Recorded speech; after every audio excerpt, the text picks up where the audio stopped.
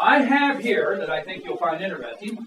This is called the Federal Reserve Purpose and Function put out by the Federal Reserve Board. And I just want to show you exactly what they themselves say the bankers loan you.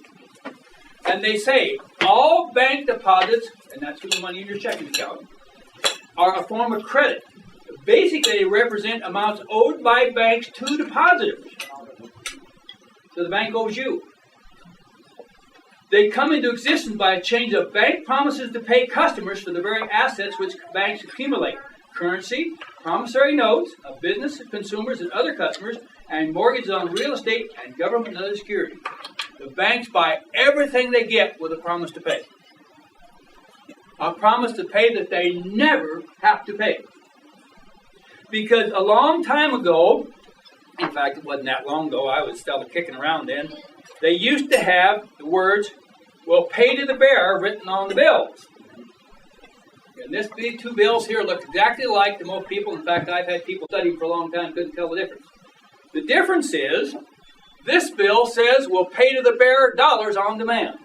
$5. This one says, "This note is legal tender." That's it.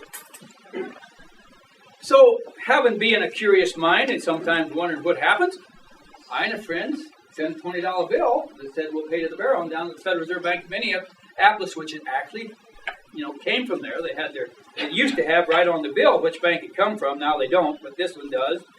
And this is from San Francisco. And this one, I can't read it. It's on there someplace. Oh, this is the brand new one. Okay, that's why I don't see it. Because when they put out the brand new bills, they used to say right here in a little thing here exactly what bank come from. Now they have the same seal here, but this is the brand new bank. One day I was showing these away, and somebody took away one of my $5 bills. I didn't see it happen, so I just got another one out of my pocket one day, and thank God they left the one that had the promise to pay on it. And now it just says the Federal Reserve System. It doesn't tell you which particular bank issued it before they did. But and I can't tell you because this little D4 will tell you which bank it is. But I'd have to sit down with one of my books and remember. I don't remember it. There's 12 of them, and I'd have to remember which one was actually, bank number 4. And so we've had these little changes. So anyway, I had this. I had a $20 bill that said "promise to pay." So we sent it down to the Federal Reserve and asked them to please send us the dollars they owed, that they promised to pay us. And they didn't even answer my letter. But they did send my bill back. But one of the down there called me and said, "Well, I don't understand your letter." I said, "Well, it's a simple letter.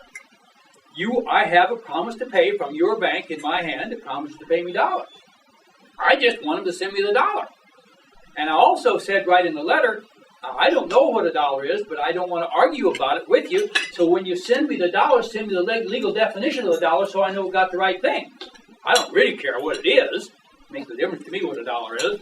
I just want to know I got the right thing." Well, they didn't answer it. But he said, "Well, I just don't understand it. You'll have to talk to one of the lawyers." And I said, "Well, I call it. Give me your name." "Oh," he said, "I'll just transfer you out." So he did, and I got this woman on the phone, and of course she hadn't seen the letter. She didn't know anything. And it took her a while for me to explain it. All of a sudden they got it, and she just screamed like I'd stuck her knife and slammed down the phone. So my friend had a $500 bill, and it said "pay the bearer on gold on demand." Well, this is kind of fun. Let's just up the ante a little. So we sent him that. It took me 2 months to talk him into that. He said, "I don't want to lose that thing." I said, "I guarantee you they'll send it back. They ain't going to keep it." "Oh, I ain't so sure," he said. So anyway, it took me about 2 months to talk him into it. So finally we did. So we wrote the letter together. We both signed it. We said, "Here's $500 bill down." This time they did give us a letter back. And said, "Well, we used to use gold, but we don't anymore, and we're not required to." The same old story.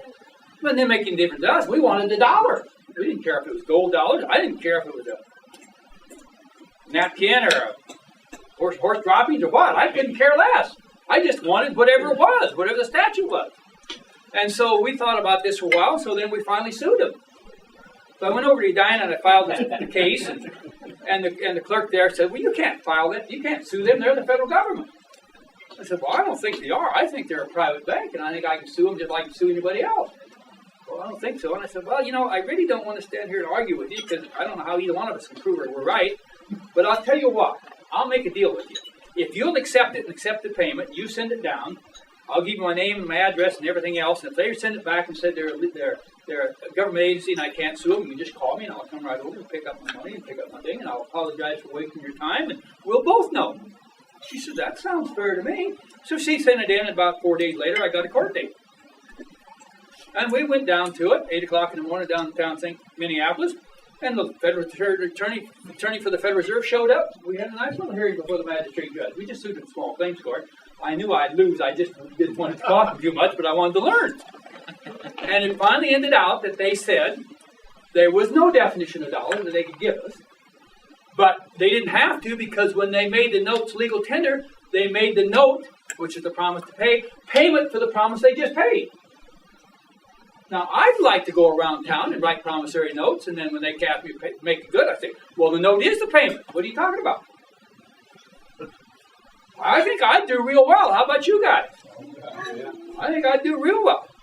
And they finally took it up. We took it all the way up. Oh, that was cute there, too, because the judge, he didn't know what to do, and we went to buy this, and I'm not going to go into all that today. And so finally he said, okay, the hearing's over. And the next day I got a thing in the mail that they dismissed my case with prejudice, so I could never sue it again. I didn't want to sue it again anyway. But I did appeal it because I thought that'd be kind of fun to see what happened. And so they set a court date in district court.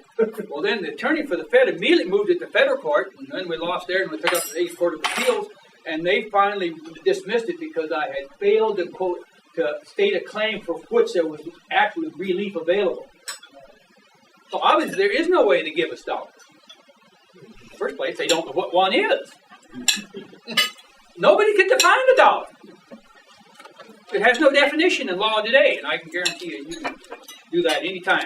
In fact, I'll bet you if this little waitress come back and you ask her if she'd take Federal Reserve notes for payment, I'll bet she'd tell you wouldn't. And Federal Reserve notes is that little piece of paper I just had in my hand. And I've done this many, many times, and most people don't have a clue what you're talking about. They absolutely refuse to do it. One time, a friend and I was coming back from Iowa, and we'd stopped to fill up some gas. It was kind of cold, and I went inside and standing around, and he was filling it up, and I was going to pay for it. Then I went up to her, and I see it was about full. I said, I meant to ask you this when I got in, but I got messing around and forgot to. Will you take Federal Reserve notes for payment? She said, I don't think so. I don't have a clue. What are you talking about? What are they? Well, they're a non-redeemable note on a private bank. Oh, there ain't no way we'd take that.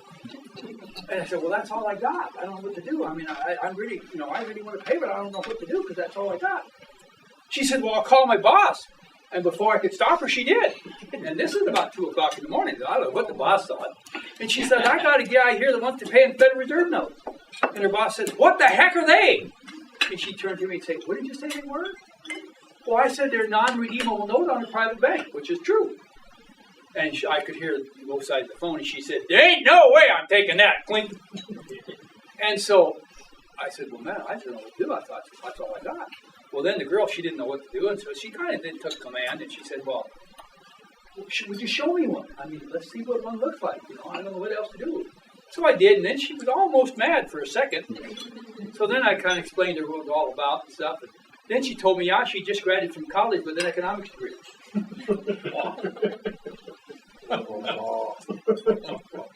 And they want us to put more and more money into education? I don't think so.